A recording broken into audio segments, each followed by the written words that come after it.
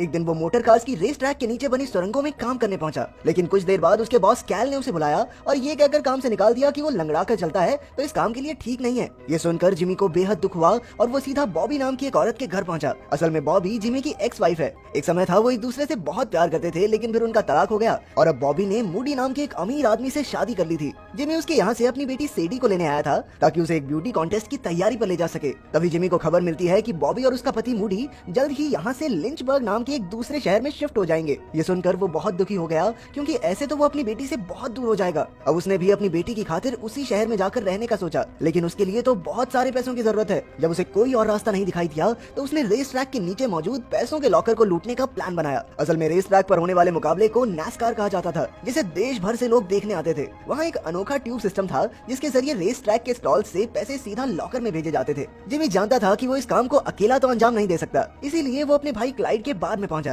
Clyde पहले फौज में था जिसने लड़ाई के दौरान अपनी एक बाजू खो दी थी और अब वो रिटायर होकर एक बार चलाता था। फिर जब जिमी और क्लाइड बात कर रहे थे तो वहाँ मैक्स नाम का एक आदमी आया जो नैस्कार में एक टीम का मालिक था। उसके साथ उसके दो दोस्त भी थे और उन तीनों ने मिलकर क्लाइड की नकली बाजू का मजाक उड़ाना शुरू कर दिया। ये देखकर जिमी गुस्से से भर गया और तुरंत उन्हें बुरी तरह पीटने लगा। तभी क्लाइड ने एक शराब की बोतल उठाई और बाहर जाकर मैक्स की गाड़ी में आग लगा दी। ये देखकर मैक्स और उसके दोस्त तुरंत भागकर बाहर आए और इस घटना की वीडियो बनाने लगे, लेकिन जिमी ने तभी उनका फोन छीनकर आग में फेंक दिया। इसके बाद वो पीछे मुड़ा और अपने भाई क्लाइड से कहा, कॉलीफ्लावर। कॉलीफ्लावर असल में एक खुफिया शब्द था जिससे जिमी एक ही सेकंड में क्लाइड को ये समझाना चाहता था कि वो कुछ ऐसा करने की फिराक में है जिसमें उसे क्लाइड की मदद चाहिए। जवानी के दिनों में भी वो इसी कोड की मदद से छोटी मोटी चोरियां किया करते थे। फिर अगली सुबह क्लाइड ने जिमी से पूछा कि आखिर क्या माजरा है। तब जिमी ने उसे बताया कि वो नैस्कार रेस ट्रैक के नीचे मौजूद लॉकर से करोड़ों डॉलर चुरा कर मालामाल होने का प्लान बना रहा है, लेकिन करोड़ों डॉलर चुराना इतना आसान थोड़ी हो सकता है। इसलिए इस काम को अंजाम देने के लिए उन्हें एक टीम की जरूरत थी। सबसे पहले उन्होंने अपनी बहन मेली को अपने साथ शामिल किया और फिर जिमी ने उन्हें इस मिशन के 10 रूल समझाए, लेकिन इन तीनों में से कोई भी लॉकर तोड़ना नहीं जानता था। इसलिए उन्होंने जो बैंक नाम के एक आदमी की मदद लेने का फैसला किया। जो बैंक एक ऐसा चोर था जो सैकड़ों बार बेहद सफाई से कई लॉकर्स खाली कर चुका था। खैर अब वो जेल में था, लेकिन जल्द ही उसकी सजा खत्म होने वाली थी। इसके बाद जिमी और क्लाइड ने उससे मिलकर उसे अपना प्लान समझाया। जिमी ने कहा कि वो खुद जेल में होने के कारण उनकी ज्यादा मदद नहीं कर पाएगा, लेकिन उसके दो भाई फिश और सैम उनकी पूरी मदद कर सकते हैं। आखिरकार जिमी ने उन्हें भी शामिल कर लिया और प्लान बनाया कि वो लोग मिलकर जो को सिर्फ चोरी के लिए बाहर निकालेंगे और फिर किसी के भी पता चलने से पहले उसे वापस जेल पहुंचा देंगे। अब उसे जेल से निकालने के लिए क्लाइड ने जानबूझकर एक स्टोर में गाड़ी घुसा दी और सजा के तौर पर उसी जेल में जा पहुंचा। अब प्लान के मुताबिक उन्हें जो और क्लाइड को जेल से निकालना होगा और बाद में बड़ी सफाई से वापस भी पहुंचाना होगा। फिर सैम और फिश ने लॉकर में काम कर रही एक औरत को चकमा देकर रेस ट्रैक की ट्यूब सिस्टम में रंग बिरंगे कॉकरोच डाल दिए ताकि उन्हें पता चल सके कि कौन सी ट्यूब पैसों तक जाती है। उधर जब जिमी चोरी के लिए कुछ सामान इकट्ठा कर रहा था तो उसकी मुलाकात सिल्विया नाम की एक लड़की से हुई जो स्कूल टाइम में उसके साथ पढ़ती थी। जिमी के चेहरे पर चोट का निशान देखकर सिल्विया ने उसे टेटनस का इंजेक्शन दिया। असल में वो एक एनजीओ के लिए काम करती थी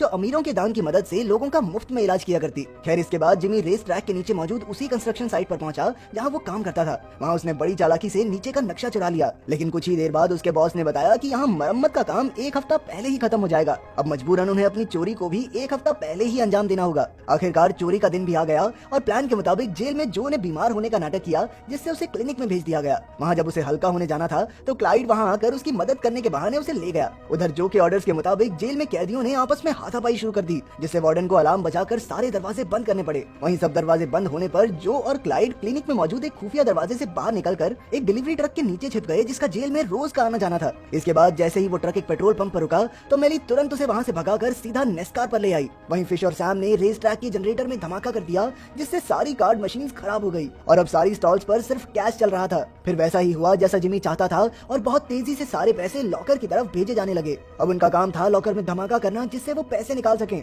और इसके लिए जो ने बच्चों की टॉफीज में ब्लीच और नमक मिलाकर बॉम्ब बनाया था वो इसे पाइप के जरिए लॉकर तक पहुंचाकर धमाका करना चाहता था। लेकिन जिमी और क्लाइड तो बेचारे समझ ही नहीं पा रहे थे कि आखिर टॉफी से बॉम्ब कैसे बन सकता है। इसके बाद जो ने सारा काम रोककर सबसे पहले उन्हें केमिकल फॉर्मूले समझाए जिनसे टॉफी में धमाका किया जा सकता है। आखिरकार उसने डब्बा पाइप में डाल दिया, लेकिन वो लॉकर तक पहुंचकर फटा ही नहीं, बल्कि वो तो तेजी से वापस आकर सीधा क्लाइड की छाती पर आ गिरा। असल में जो ने उसका ढक्कन काफी जोर से बंद कर दिया था, इसी चक्कर में धमाका नहीं हुआ। अब उसने ढक्कन को थोड़ा ढीला किया और फिर वापस पाइप में डाल दिया। जैसे ही वो ट्यूब के आखिर में पहुंचा तो एक जोरदार धमाका हुआ और पाइप का ढक्कन टूट गया। इसके बाद उन्होंने पाइप की शुरुआत में एक बहुत बड़ा वैक्यूम पंप लगा दिया जिससे लॉकर के सारे पैसों को खींचकर पाइप में लाया जा सके। धीरे धीरे उन्होंने सारे पैसे खींचकर लिफाफों में भरने शुरू कर दिए, लेकिन तभी धमाके से जो धुआं हुआ था वो उड़कर पाइप से वापस स्टॉल्स में जाने लगा। तभी कुछ सिक्योरिटी गार्ड्स उसकी जांच करने नीचे आ गए। उन्होंने देखा कि अर्ल नाम का आदमी वहाँ बीड़ी फूक रहा था और गार्ड्स उसे डांट कर वापस चले गए। असल में ये भी जिम्मी का ही बैठाया हुआ एक आदमी था। उधर तब तक जिम्मी की टीम कचरे के लिफाफों में पैसे भर चुकी थी और दूसरी ओर सैम और फिश ट्रक लेकर एकदम तैयार खड़े थे,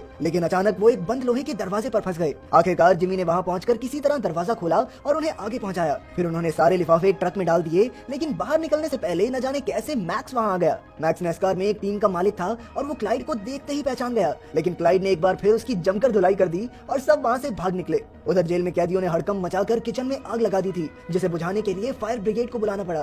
तभी क्लाइड और जो भी फायर फाइटर्स के भेष में चुपके से जेल में वापस घुस गए और किसी के भी देखने से पहले अपनी जगह पर जा पहुंचे। इसके बाद रात को जिमी की बेटी सेडी का ब्यूटी कॉन्टेस्ट था, जिसमें वो रियाना का एक गाना गाने वाली थी। जैसे ही वो स्टेज पर पहुंची उसने चारों ओर नजर दौड़ाकर अपने पिता को ढूंढा, लेकिन जिमी वहाँ मौजूद नहीं था। अगले ही सेकंड उसने सही समय पर एंट्री मारकर अपनी बेटी को खुश कर दिया। वो इतनी खुश थी कि उसने गाना बदलकर अपने पिता का मनपसंद गाना गाया। आखिरकार सब उसके दीवाने हो गए और वो कॉन्टेस्ट भी जीत गई। फिर शो के बाद जिमी चोरी वाला ट्रक लेकर एक पेट्रोल पंप पर पहुंचा और फिर उसने पुलिस को फोन करके खुद ही चोरी की खबर कर दी। इसके बाद चोरी का पैसा एक बार फिर रेस ट्रैक के लॉकर में पहुंच गया। अब अगर पैसा वापस देना था तो चोरी क्यों की? अब एफबीआई इस पूरे मामले की जांच करने पहुंची, लेकिन उनके हाथ कोई सबूत नहीं लगा, क्योंकि रेस ट्रैक का ज्यादातर पैसा वापस आ गया था। इसलिए उन्हें अपनी छानबीन बंद करनी पड़ी। लेकिन सारा नाम की एफबीआई एजेंट को मैक्स ने बताया कि उसने उस दिन क्लाइड को रेस ट्रैक के नीचे देखा था, लेकिन सारा के पास क्लाइड, जिमी और जो के खिलाफ कोई सबूत नहीं था। तो क्या जिमी ने सारा पैसा वापस कर दिया था? असल में ये सब पहले ही जिमी के प्लान में शामिल था। असल में जो ट्रक पुलिस को मिला उसमें चोरी का बहुत मामूली सा हिस्सा था। जब जो और उसके भाई लोहे के दरवाजे पर फंसे हुए थे